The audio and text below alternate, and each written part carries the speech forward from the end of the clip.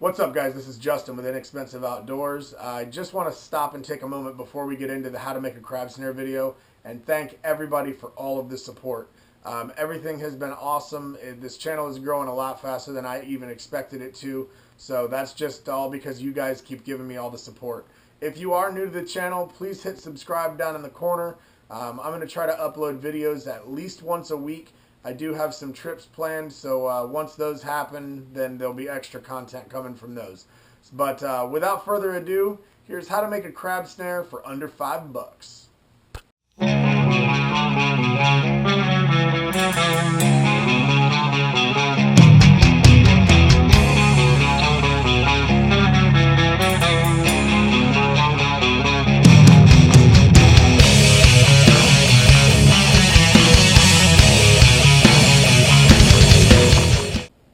Okay, so this is your basic, bare bones, no frills, basic crab snare. You'll notice that my loops look like they're kind of all over the place. That's actually on purpose. I'm using a real thin monofilament as opposed to using weed eater line or something a lot thicker leader material. Basically, where I'm at, I'm in Florida, so I'm not going for these giant rock crabs like some of the other bays and areas have. I'm actually trying to get blue crabs, and some of those larger snares with the heavier duty stuff, they don't tend to close up on lighter weight crabs. It'll kind of just drag right out from under them. So this is the basic crab snare. Again, my loops are all over the place, so hopefully they don't get too much in the way.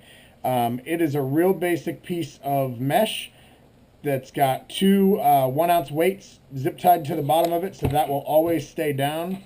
On this end, I've got a simple short leader with a snap swivel. This allows me to connect it to whatever I've got going on at the time. If I want to hand line it, I can, or I can throw it out on a pole that I'm just not using at the time. You can tell this one's already starting to get some gook all over it. I've been using this one a lot. So basically, the whole purpose of this is you're just going to pack this thing with smelly, gross, whatever you want. You can take the shrimp and mullet and anything else, greenbacks, whatever you have, cut them up, throw them in here. Chicken obviously works really well, just like anything else. This one, like I said, I'm doing it for lightweight stuff, so I don't even have an attachment for when this is closed. Basically, all I do is just close it and bend these two tabs underneath, and it works just fine. All you're going to do, fill this with your bait of choice, throw it out into the water. Again, this is going to be attached to your line, whether it be hand line or the pole. You're going to have this thing in there. Let it soak for, depending on where you're at, and if you're throwing it into the grass or wherever. You can use this off of piers as well, really well. Basically, what you're going to want to do is throw it out there, let it soak for about 10 minutes, and then just slowly put a little bit of tension on the line. When you get used to this thing, you'll feel when it's dragging what that tension is like, or when there's a crab attached to it, you'll be able to feel the difference. So say I'm dragging this back and I feel that there's a little Mr. Crab has got his claws on this thing. All you're going to do is reel quickly, and what that's going to do is his claws are going to get looped in one of the pieces or multiple pieces of monofilament. That's simple, easy. As long as you keep pressure on this, you're going to drag them all the way back to you, and you can run with it from there.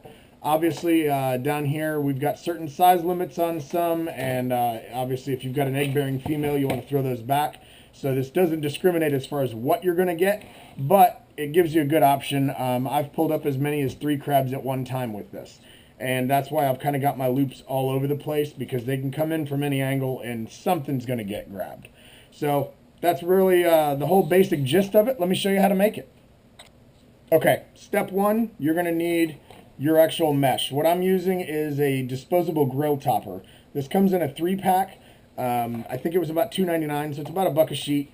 For the snare that I make, I can get 2 of them out of this sheet. So this stuff cuts really, really easy. It's super pliable. You can also bend it right back. I mean, it's really easy to work with, so it's very forgiving if you mess up along the way. So set this aside. Basically, what you're going to do, and this one I've already got kind of cut up, you're going to get your pattern, which I have marked out my own on the back of this sheet. You take that, you write on it with a marker, and then just get a good pair of scissors, and you can cut right through this stuff. I mean, it is not difficult to cut through. You can just easily get right through it. Do watch out, though, when you do cut through. Sometimes these edges get a little bit sharp, so that can be a little bit of a pain. But, yeah, you'll cut out your pattern, which will essentially turn out looking like this. So now, from this point, you can do it multiple different ways. The way that I really choose to do it is you can take something flat and just put it right up along that edge, push down, and you can just bend it. Doesn't matter if you go over 90 degrees. Like I said, this stuff is really forgiving. You can fix it very easily. So there's that. We've already got the basic shape going. Now, what you're going to do is you can take a marker or anything of that sort, and you're basically just going to roll this end. Okay, so it gives you a nice curve, and you're going to obviously bend this to the correct size, but you're just going to bend the other side here. All right, quick and easy. Now, all I'm going to do is just take this and wrap it up and just kind of line it up around the edge of what I've already cut. Now, this is where those sharp edges are going to come into play, because you are going to get your fingers all over them.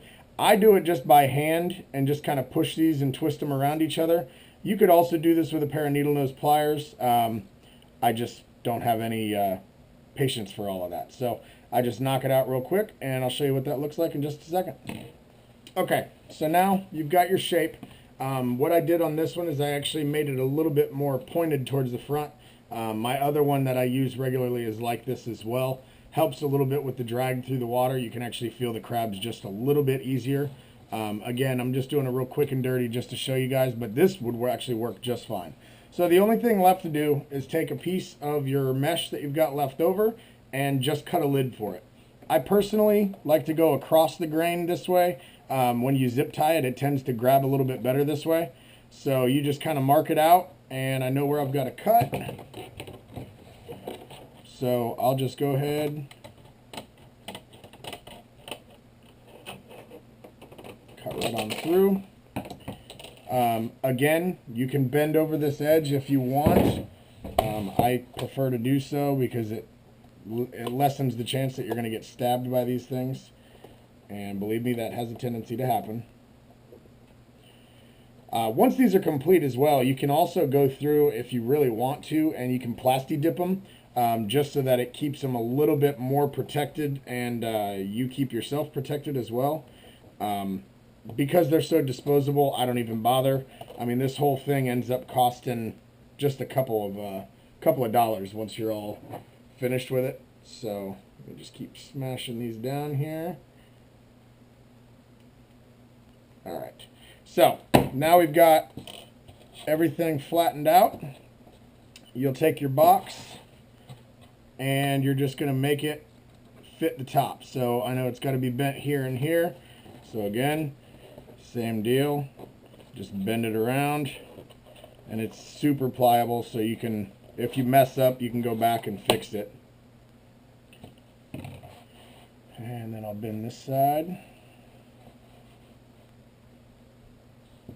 All right. And now we've got our basic lid. Make sure that it fits. You want it to be a little bit snug so that when it goes on there, you can kind of give it a little bit of pressure, and it will hold on better, keep your bait in there. So that'll work out perfect. So now all we got to do is throw a couple of zip ties in the end here. Get it off. Just going to run a zip tie right through here.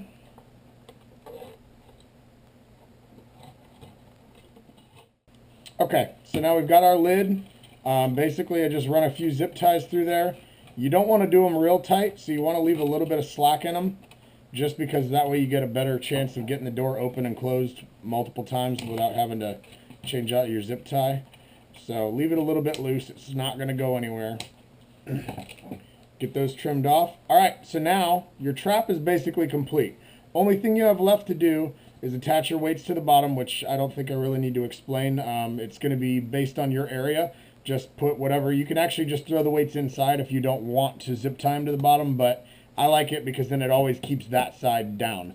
Like I said, I mean, it's always going to sit in the water exactly the same way, and when I pull, it will always pull the exact same way.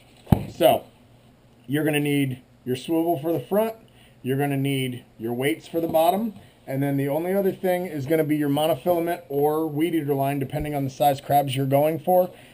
Just to give you an example, I'm just going to show you with this wire here because sometimes the monofilament doesn't show up real well. All you're going to want to do is just make a simple double knot right around and pull it tight. I'm not going to do that here because I already have one on this end. You've got your knot in one end of your monofilament.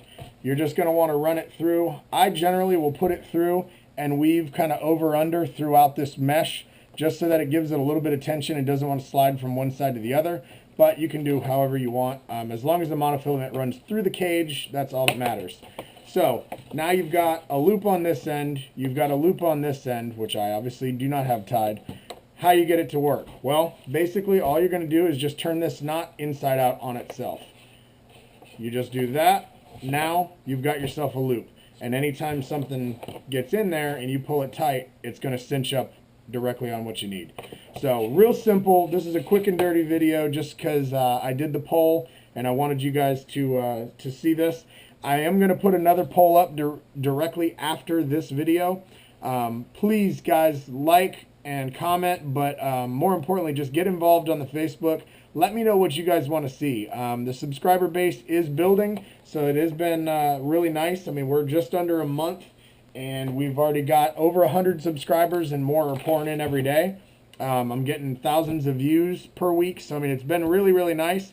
I just need everybody to kind of stay motivated and stay with me and let me know what you want to see, and I'll keep providing you content. Thank you guys very much for watching. This is the quick, dirty DIY on how to do a crab snare.